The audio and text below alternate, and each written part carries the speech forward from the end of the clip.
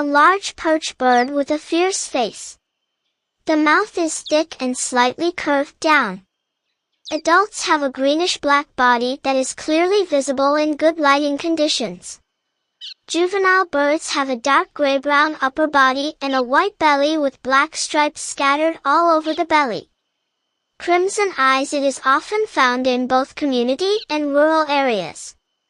From big cities, parks, to agricultural areas. They are often found clinging to power lines, fences, and buildings, gathering in large flocks that make loud noises. Some of the populations are invasive species commonly found in Taiwan.